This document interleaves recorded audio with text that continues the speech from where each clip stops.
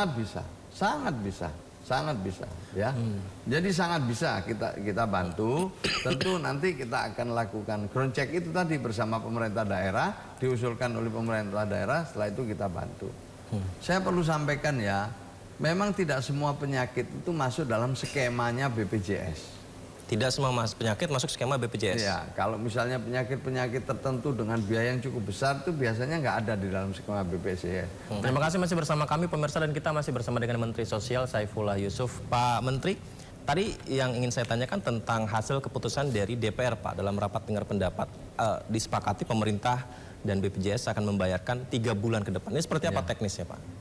Jadi yang pertama yang kita coba berikan reaktivasi otomatis itu adalah kepada 106.000 yang tadi disebut pasien yang memiliki penyakit katastropik itu. Nah, sekarang ini sudah langsung otomatis reaktivasi. Bagaimana dengan 11.000 atau 11 juta yang lain? Itu kita akan lakukan ground check ya secepatnya selama 2 bulan ke depan. Sehingga nanti kita bisa mengetahui kondisi objektif dari penerima manfaat yang kita nonaktifkan itu. Berarti sambil menunggu ground check tersebut selama 3 bulan ini dibayar dulu semuanya begitu Pak? Tidak, yang hanya 106 dibayar. Yang 106 dibayar. Tapi yang sisanya itu untuk sementara ya dinonaktifkan. Dinonaktifkan dulu ya.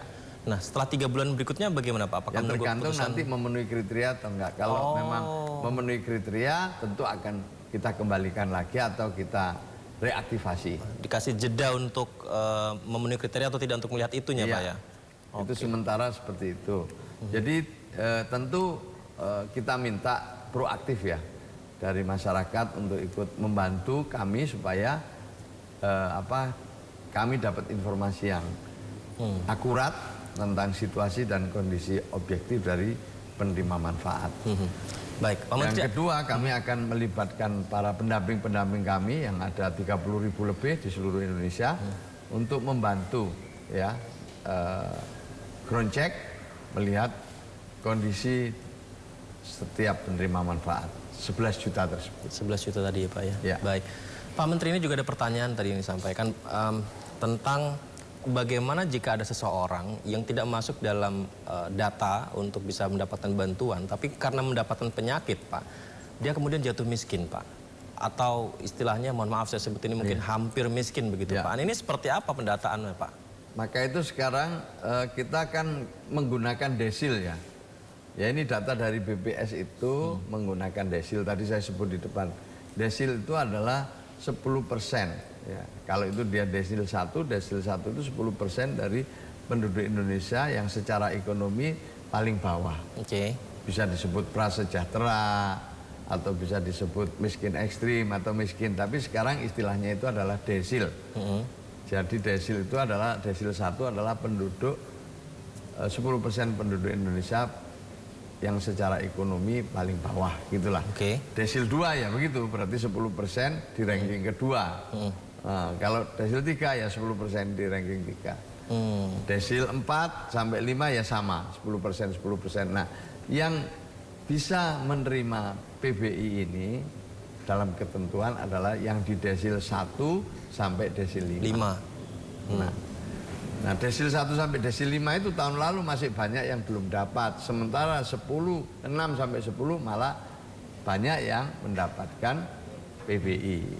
Maka itulah pelan-pelan kita alihkan melalui proses nonaktif itu. Itu loh ceritanya begitu.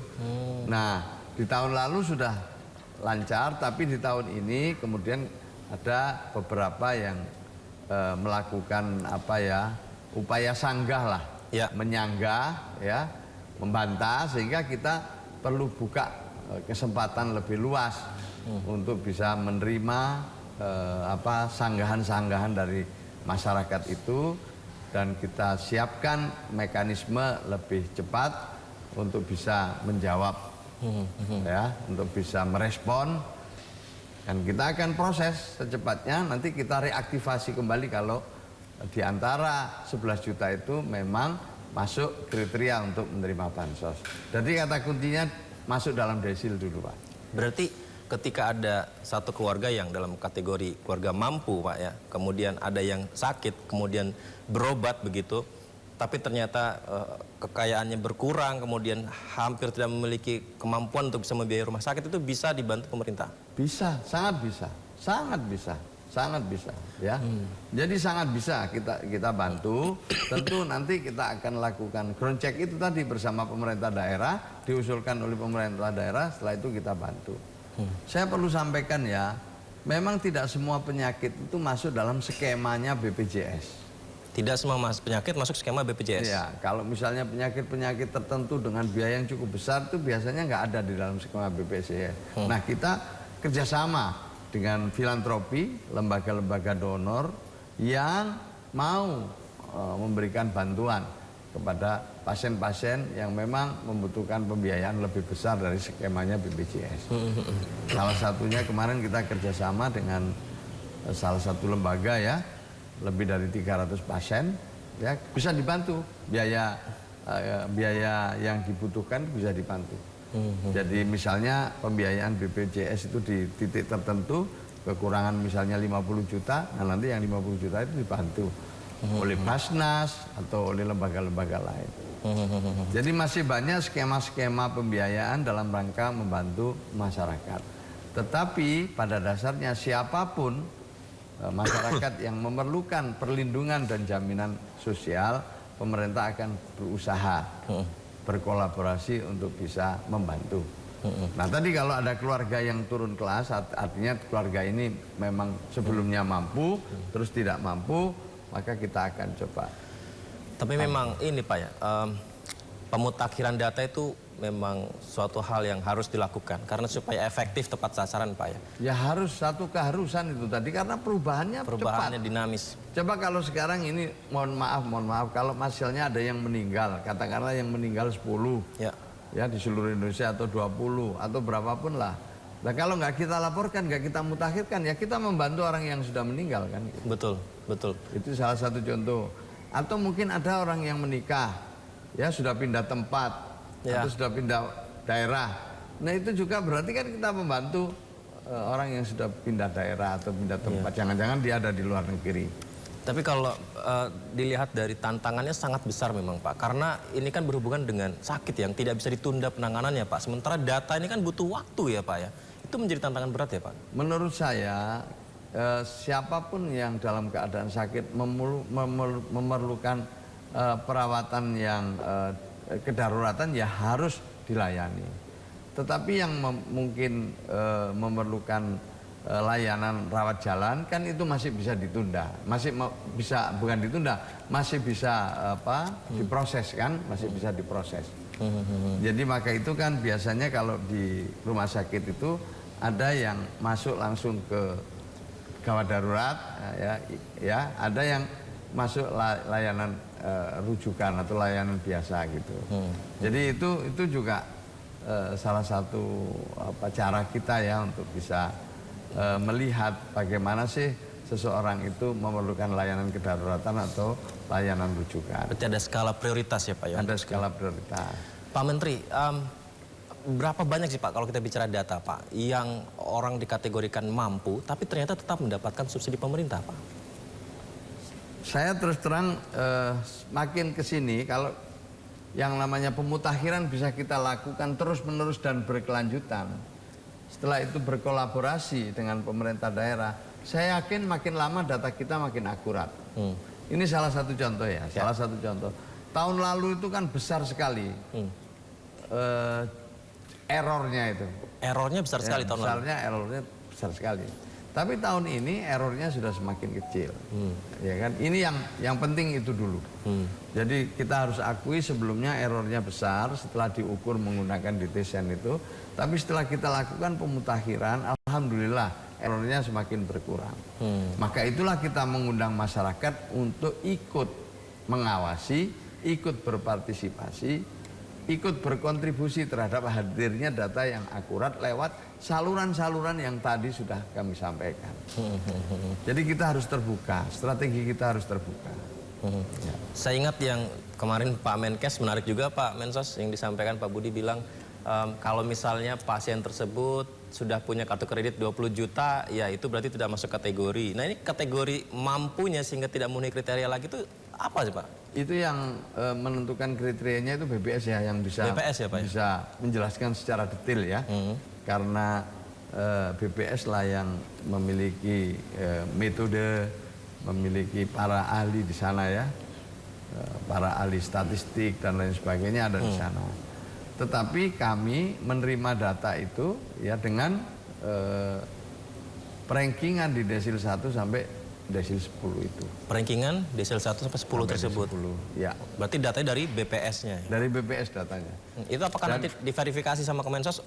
Data ini boleh, ini enggak, itu di Kemensos? Ya kalau kita mau memberikan bantuan, tentu kita lihat datanya BPS dulu. Oh baik. Ya, DT BPS ini masuk di desil 1 apa desil 5 atau desil berapa gitu. Kalau dia masuk dalam kriteria ya kita salurkan, tapi kalau tidak ya tidak kita salurkan. Karena Kementerian Sosial kan bekerja diaudit juga oleh BPKP, oleh BPK kan. Jangan sampai kita juga membantu orang yang salah. Ini jangan sampai kita membantu orang yang salah juga. Nah untuk itulah kita harus berpedoman kepada data dari BPS yang itu dimutakhirkan terus-menerus. Setiap 3 bulan ya BPS mengeluarkan data pemutakhiran terbaru. Setiap 3 bulan sekali, 3 bulan sekali gitu. Nah dengan begitu kita harapkan data kita makin akurat.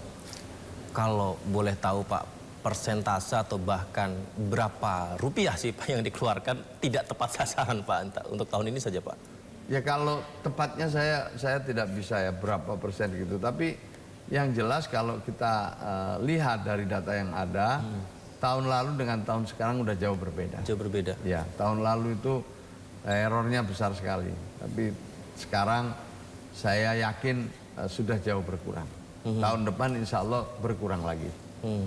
Insya Allah akan lebih berkurang lagi. Dan segala masukan dari masyarakat kita akan coba untuk akomodasi dengan regulasi dan kebijakan-kebijakan sehingga nanti pelayanannya juga makin baik. Ya, jadi kayak kemarin itu kita sekarang juga sedang koordinasi misalnya untuk penyakit-penyakit tertentu tadi bisa dilayani, bisa reaktivasi langsung misalnya. Ya, yang kedua kemudian mungkin prosesnya dipercepat atau pengumuman terlebih dahulu ya kepada warga yang mungkin mau dinonaktifkan, ada pemberitahuan 2 bulan sebelumnya misalnya, sekarang ditetapkan berlaku 2 bulan yang akan datang. Ini yang sedang kita perbaiki.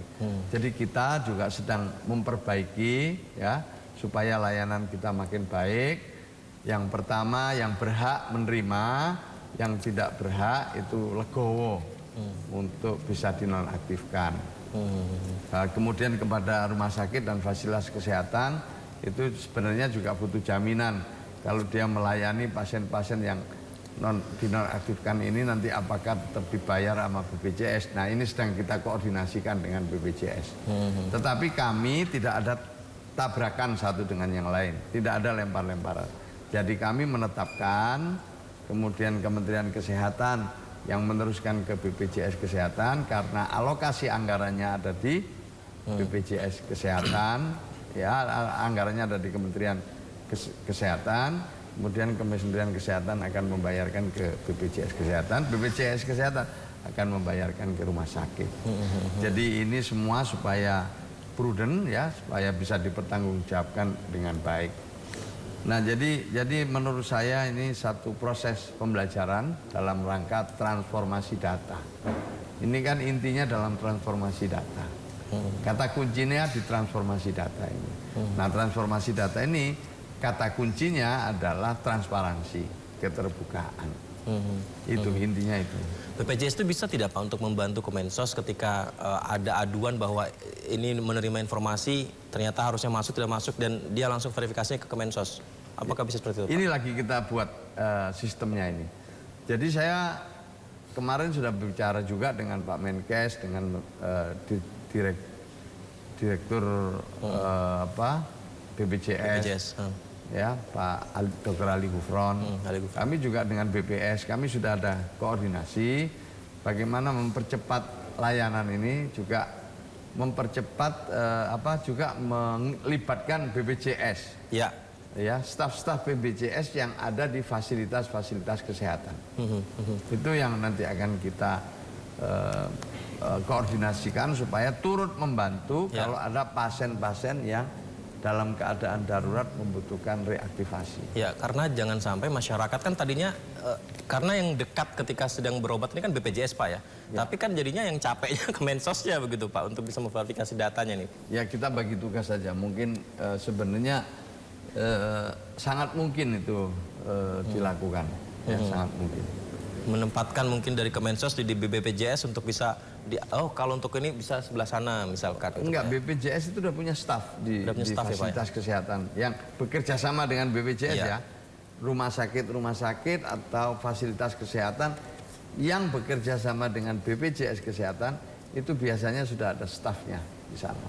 Nah, ini staf-staf BPJS Kesehatan di Vaskes itu yang nanti akan kita minta juga ikut melakukan verifikasi, validasi, dan sekaligus juga nanti reaktivasi. Berarti apakah boleh kalau staf BPJS tersebut menyampaikan ke pasien, wah ini ternyata data Anda non-aktif, mungkin bisa ke Kemensos dulu, atau dia harus melihat dulu Pak kondisi pasiennya seperti apa? Ini yang akan kita sambungkan ya, sistem kami dengan sistemnya BPJS sehingga dia bisa membantu reaktivasi. Nah itu Pak. Ini yang lagi kita coba. Nah itu Pak. Ya, ini yang lagi salah satu sedang kita bicarakan. Baik. Semua dalam rangka mempercepat layanan. Saya setuju semua dalam rangka mempercepat layanan. Kami harus kerja keras untuk sosialisasi kepada masyarakat, baik yang akan menerima PPI maupun yang dinonaktifkan, ya, supaya semua bisa memperoleh informasi yang benar gitu. Pak, apakah masyarakat yang membutuhkan bantuan dibantu oleh pemerintah ada kuotanya tersendiri Pak? Apakah harus perlu ditambah lebih kuotanya? Tapi kita bahas setelah jeda ya Pak ya, izin Pak ya. Kita jeda pemirsa, tetap bersama kami.